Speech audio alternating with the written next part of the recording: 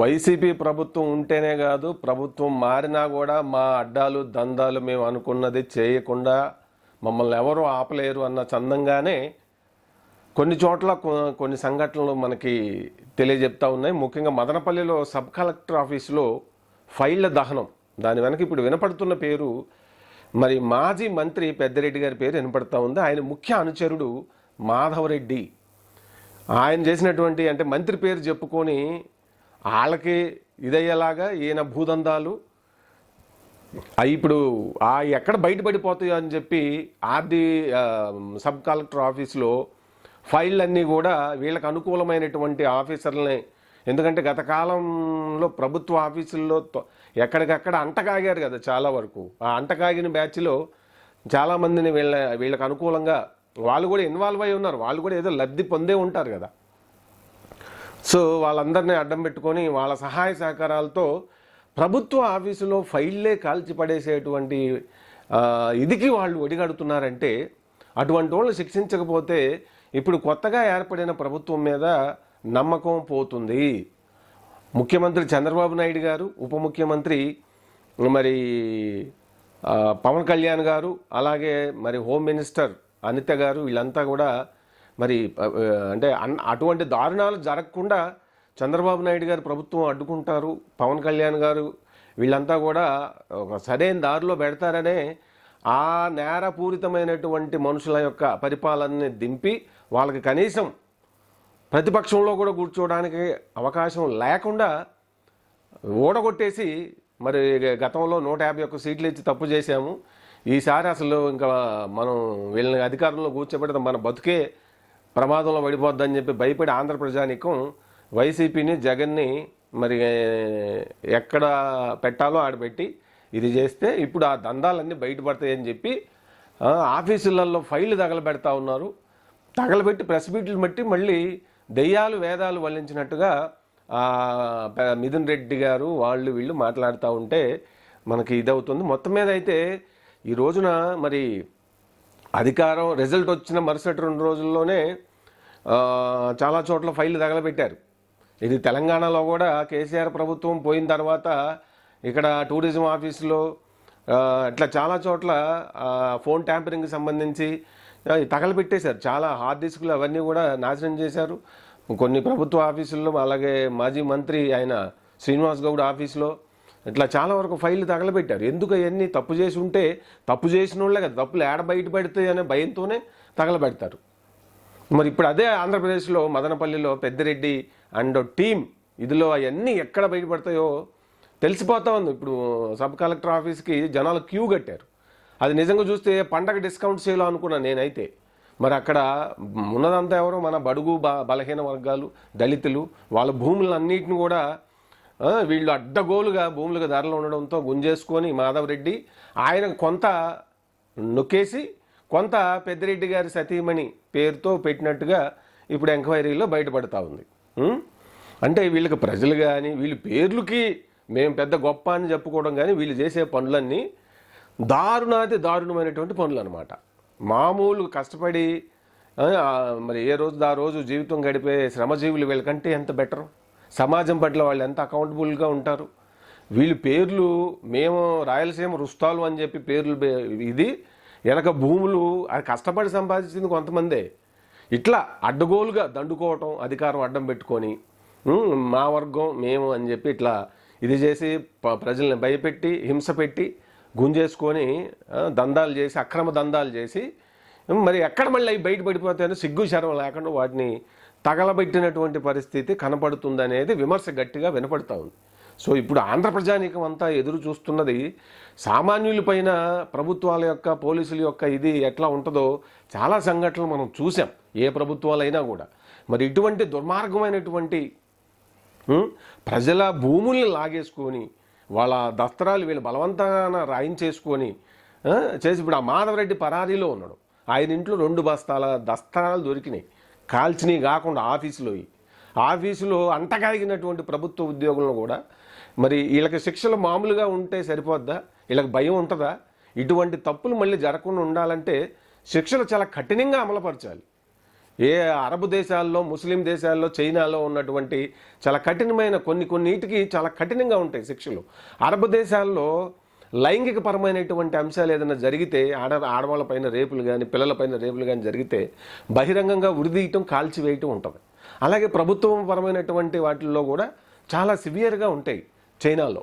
అలాగే ఇక్కడ మన రాష్ట్రంలో కూడా చట్టాలని బలోపేతం చేయాల్సినటువంటి పరిస్థితి అయితే వచ్చింది. లేకపోతే వీళ్ళకి భయం, భక్తి అంటూ ఎందుకు ఉంటుంది? ఏమైపోద్ది అసలు? ఎవడేం పీక్కుంటాడో? ప్రభుత్వం లేదని జరిగితే ఎంక్వైరీలని అదని సంవత్సరాల తరబడి టైం అయిపోద్ది, ఈ లోపు ఉండేదెవడో పోయేదెవడో అనే అటువంటి ఒక ఆలోచన ధోరణే కదా ఇది. సామాన్యుల్ని హింస పెట్టి వాళ్ళు కష్టపడి వాళ్ళు ఎంతో ఎకరమో 2 ఎకరాలు ఏదో వారసత్వం వచ్చిందో, లేదంటే వాళ్ళ జీవితాంతం కూడబెట్టి సంపాదించుకున్న భూములన్నింటినీ పెద్దిరెడ్డి గారి ఇలాకాలో ఈ మాధవరెడ్డి అనే ఆయన పెద్దిరెడ్డి గారి సౌజన్యంతో ఇట్లా చేసుకున్నట్టుగా, దోపిడీ చేసినట్టుగా మరి అక్కడ ప్రజానీకం కలెక్టర్ ఆఫీస్, సబ్ కలెక్టర్ ఆఫీస్కి వచ్చి అర్జీలు 500కు పైగా అర్జీలు మరి అక్కడ సబ్ కలెక్టర్ సిసోడియా గారికి ఇచ్చి వెళ్ళారంటే ఆ పరిస్థితి నిజంగా అదంతా చూస్తే ఏదో డిస్కౌంట్ సేల్ ఏదో వస్తుందేమో అనుకున్నా నేనైతే. ఆషాఢ మాసం డిస్కౌంట్ సేలు. అంతమంది మదనపల్లి టౌన్ చుట్టుపక్కల నుంచి వచ్చినటువంటి పరిస్థితి. 11 మండలాలకు సంబంధించిన భూములు వీళ్ళు దోచుకున్నట్లుగా మరి అక్కడ అర్జీలలో తేలిందని చెప్పి సబ్ కలెక్టర్ గారు చెప్పడం జరిగింది. సో మరి ఇటువంటి వాళ్ళని ముందు ఆ ఇన్సిడెంట్, ఆ తగలబెట్టడం అనేది ఏంటది? వీళ్ళని ఎంక్వైరీ చేసి నిందితులైన వాళ్ళకి బహిరంగ ఉరి, లేదంటే మరి లైఫ్ టైం చచ్చిపోయే వరకు వాళ్ళని జైల్లో ఉంచకపోతే వీళ్ళు భయపడతారా? వీళ్ళకి భయం లేదు. ఇట్లా తప్పులు చేసేవాళ్ళు ఏ పార్టీ అయినా సరే, చట్టాలను గౌరవించిన వాళ్ళు ఎవరైనా సరే, ఇప్పుడు వేల లక్షల కోట్లు దోచుకొని ఇప్పుడు ప్రెస్ మీట్లు పెట్టి మరి దెయ్యాలు వేదాలు వల్లించినట్టుగా మాట్లాడుతున్న వాళ్ళకి సంబంధించి కూడా విచారణ జరగాలి. ప్రజల సొత్తు రికవరీ చేయాలి. వాళ్ళకి కఠినమైన శిక్షలు పడాలి. మరి చట్టం ముందు ఎవరైనా సమానమే అని చెప్పి అంటుంటారు. అది మాటల వరకే పరిమితం కాకూడదని చెప్పి ఈరోజు సామాన్య ప్రజానీకం కోరుకుంటున్నారు. ఏదో ఈ మధ్య ఎక్కడో ఒక చిన్న మామిడి పండు కోసుకుంటేనే ఒక పిల్లవాడిని కొట్టి చంపారు ఆంధ్రాలో. అది భూస్వాముల కొంతమంది ఆగడాలు. అది కొంతమంది, అందరు కాదు, కొంతమంది మంచి వాళ్ళే ఉంటారు. అంటే ఏంది, పేదవాళ్ళ పిల్లలంటే లెక్క ఉండదు. వాళ్ళు దొంగలో అట్లా ముద్ర, వ్యక్తిత్వ హననం చేసేస్తే మళ్ళీ రాకుండా ఉంటారని. ఎంత దారుణం అది. సో అటువంటి జరిగినాయి. చట్టం అంటే మరి సామాన్యుడు ఏదన్నా చిన్న చేస్తే ఎంత సివియర్ పనిష్మెంట్లు ఇస్తారు? మరి సామాన్యుడికేనా అన్నీ ఇటువంటి ప్రతాపాలన్నీ? కాబట్టి ఈ రోజున చంద్రబాబు నాయుడు గారి పైన, ప్రభుత్వం పైన, అలాగే ఉప ముఖ్యమంత్రి గారు మరి ప్రజలు వీళ్ళకి బ్రహ్మాండమైన మ్యాండేట్ ఇచ్చింది. వీళ్ళపైన బరువు, బాధ్యత, నమ్మకం అనే అంశాల కలయికగా ఇచ్చారనేది నా అబ్జర్వేషను. కాబట్టి ఈ నేరస్తుల్ని, ఈ కేటుగాల్ని, ఈ బాధ్యత లేనటువంటి వాళ్ళని, ఈ కబ్జాకోరుల్ని గనక చట్టాలు బలోపేతం చేసి శిక్షలు గట్టిగా విధించకపోతే అది రాక్షసుల మూక ఇదిలాగే అవుతుంది. ఏదో కంటి తుడుపు చర్యలు చేసి ఎంక్వైరీ చేశామంటే ఈ ప్రభుత్వాన్ని కూడా ప్రజలు, ఈ ప్రభుత్వం పైన కూడా, కూటమి ప్రభుత్వం పైన కూడా మరి విశ్వాసం కోల్పోయే అవకాశం ఉంటుంది. ఖచ్చితంగా మదనపల్లి ఫైల్ దహనం లాంటి కేసులు ఆంధ్రప్రదేశ్లో మరెక్కడ, తెలుగు రాష్ట్రాల్లో ఎక్కడా జరగకుండా కూడా మరి ఇక్కడ తెలంగాణ ముఖ్యమంత్రి గారు కూడా అటువంటి ఇది తీసుకోవాల్సినటువంటి చర్యలు, అంటే చట్టాలను బలోపేతం చేయడం అనేది. ఎందుకంటే గత కాలం ప్రభుత్వంలో కొన్ని స్కాములు, కొన్ని ఇవన్నీ జరిగినాయి. అవన్నిటినీ వెలికి తీసి ముఖ్యంగా కాళేశ్వరం ప్రాజెక్టుకు సంబంధించిన మరి అదంతా కూడా బయటికి ఇచ్చేయాలి కదా, అది ప్రజల సొమ్ము. సో అలాగే ఏపీలో అయితే ఇంకా ఎక్కువ దోపిడీకి గురైపోయింది కాబట్టి వాళ్ళని శిక్షించాలి. ఆ సొత్తు రికవరీ చేసి భూములైతే పేదవాళ్ళకి అప్పచెప్పాలి. స్కాముల్లో దోచుకున్న డబ్బుని ప్రజలకి, ప్రజా అవసరాలకి, నిరుద్యోగులకి ఉద్యోగాలు ఇవ్వడానికి, ప్రజా ఆసుపత్రుల నిర్మాణానికి, మరి చిన్నపిల్లల పౌష్టిక ఆహారం అటువంటి వాటికి, అలాగే మరి ఆంధ్రాలో ఈ కిడ్నీ సమస్య అనేది అఫ్కోర్స్ తెలుగు రాష్ట్రాల్లో ఉంది బాగా. ఆంధ్రాలో అక్కడి నుంచి ఉద్దండం నుంచి ఇటు ప్రకాశం వరకు ఎక్కడ చూసినా గ్రౌండ్ వాటర్లు అంతా పాడవుతున్నాయి. సో దాని నిర్మూలనకి ఇది కూడా ఖర్చు చేయాల్సిన బాధ్యత ఉంది. ఇటువంటి దొంగలు దోచుకున్నటువంటి గత కాలం ప్రభుత్వంలో దోచుకున్న డబ్బును అంతా కూడా. సో చంద్రబాబు నాయుడు గారి పైన, కూటమి ప్రభుత్వం పైన, పవన్ కళ్యాణ్ గారి పైన కోటి ఆశలు ఉన్నాయి.